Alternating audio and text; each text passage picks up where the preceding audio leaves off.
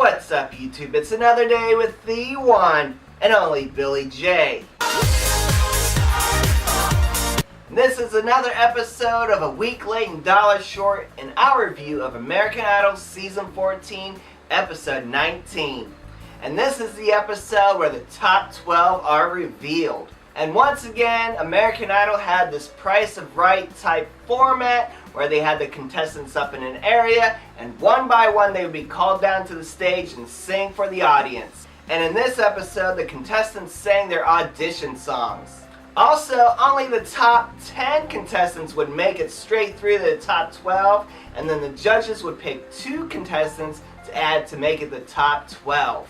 And the last 2 picks would be called the wild card picks. The first contestant to make it on down was my favorite, Serena Joy Crow, and she sang Love Runs Out by OneRepublic.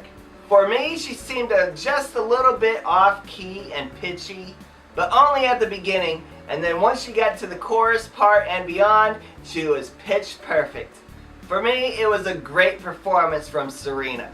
The next contestant was Rayvon Owen, and he sang Wide Awake by Katy Perry. Once again, I just want to throw out that I love the silky smoothness of his voice. And he held that one note for like 5 minutes. Overall, it was a great performance on Rayvon. Next up was, Daniel Seavey. Get him off my TV. And he sang Straight Up by Paula Abdul. Personally, I think he should have sang the Hallelujah song behind the piano, but he chose to sing Straight Up. And his performance was very pitchy, like all over the place. And at one part, it seems like he forgot the lyrics because he was like singing a verse, like at the very beginning of the verse, and then all of a sudden he was singing the chorus. I have to admit, he is kind of improving from week to week, which isn't saying much, but he is improving. And this performance was definitely better than his audition, and once again, I say that he should not have made it this far. He should have been booted off earlier and told to come back in a year or 2. Maddie Walker was next one down, and she sang Suitcase by Gwen Sebastian. What a great performance from Maddie. And she stands alone as the sole country singer of the whole entire top 12. And she's actually improved as the weeks have gone by. Can you say Dark Horse? Next up was Tiana Jones, and she sang Wings by Little Mix. I just love this girl. She could sing the phone book, and I just love the tone of her voice. And she hit that performance out of the park. Smiling Nick was next, and he sang In Your Eyes by Peter Gabriel. All I could say is the performance was pretty solid. And I wish he had kept it acoustic like he did at the beginning and not incorporate the whole band. Because for me, the drum part kind of drowned out his voice and took away from the performance. But like I said, it was a pretty solid performance. Next up to perform was Jax. And she sang I Want to Hold Your Hand by the Beatles. And she sang the first half of the song acoustically with just her and the piano, which was beautiful, haunting, and downright perfect. And then all of a sudden the band kicks in and she grabs the mic and starts wailing around the stage and singing. And I'm like, no, no, no. Get your ass back at the piano and sit down and sing that way.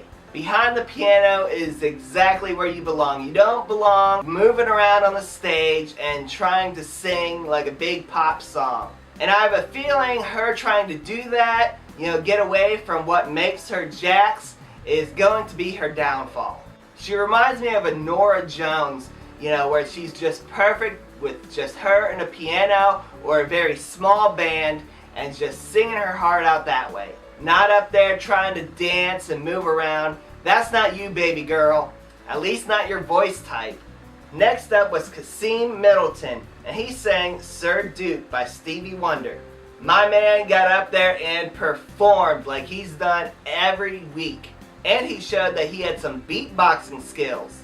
What a great performance. And Harry said he didn't always want like an explosion of Kasim. And I'm like, what the hell are you talking about, Harry? Because at the beginning of the song, it wasn't an explosion of Kasim. He showed that he could have some singing skills, acoustically, and then all of a sudden he went into Kasim mode. And you only have like 2 minutes to perform a song and show all what you've got, and Kasim just does what he does.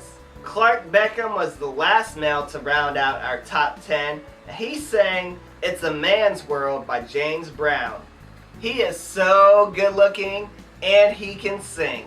My only critique about this performance is that I wish he had slowed the tempo down instead of having it like that fast, well, not necessarily like fast like dance tempo, but it was a little faster than past performances of this song. So I wish he had slowed the tempo and it would have been an astronomical great performance. And the final female to make it straight through was my favorite, Joey Cook, as she performed "The King of Spain" by the tallest man on earth.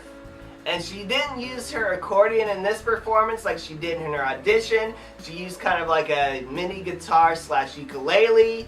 I'm not very good with instruments, but she used a different instrument during this performance.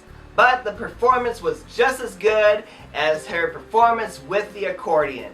I just want to say I love her and I want to buy her album. So now there are just 2 spots left to round out the top 12, and there are 6 contestants sitting up in the area. And the judges have kind of a tough decision to make. And the first wildcard pick was Quentin Alexander, and he sang "Royals" by Lorde. Now this performance was a very haunting rendition of Royals. It was a very excellent performance, and the poor guy broke down in tears at the very end. And in my opinion, I think he should have been in the top 10 portion rather than having to be forced into the wild card. And the final contestant to be chosen to round up the top 12 was Adana Duru, and she sang "You and I" by Lady Gaga. Adana was very passionate in her performance of this song, and because of that, she was a little bit pitchy and out of tune. And for me, not her greatest performance. So after the final wildcard positions were filled, that left the bottom 4. And the bottom 4 consisted of Adam, Lauren, Alexis, and Mark. For me, Lauren and Adana were very similar, but I think that Lauren had more control over her voice than Adana.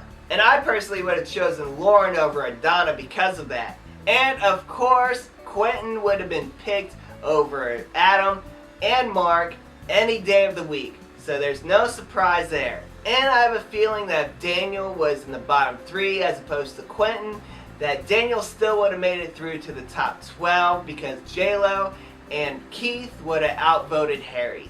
But I guess we'll never know.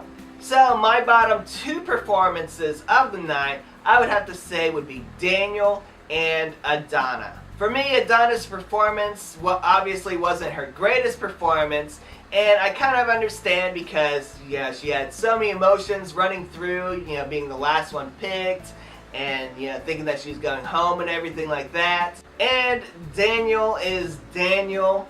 His performance obviously wasn't the greatest, but like I said, he is improving somewhat from week to week, but he's way far behind, leaps and bounds compared to the other contestants. And for me, Daniel is definitely not ready, and he should also pick better songs. Well, that's just my opinion of their performances. Leave a comment down below on who your bottom 2 is, and if you were shocked by the people that were not included into the top 12. Leave a comment down below, and remember, peace, love, unity, respect. Peace out, guys.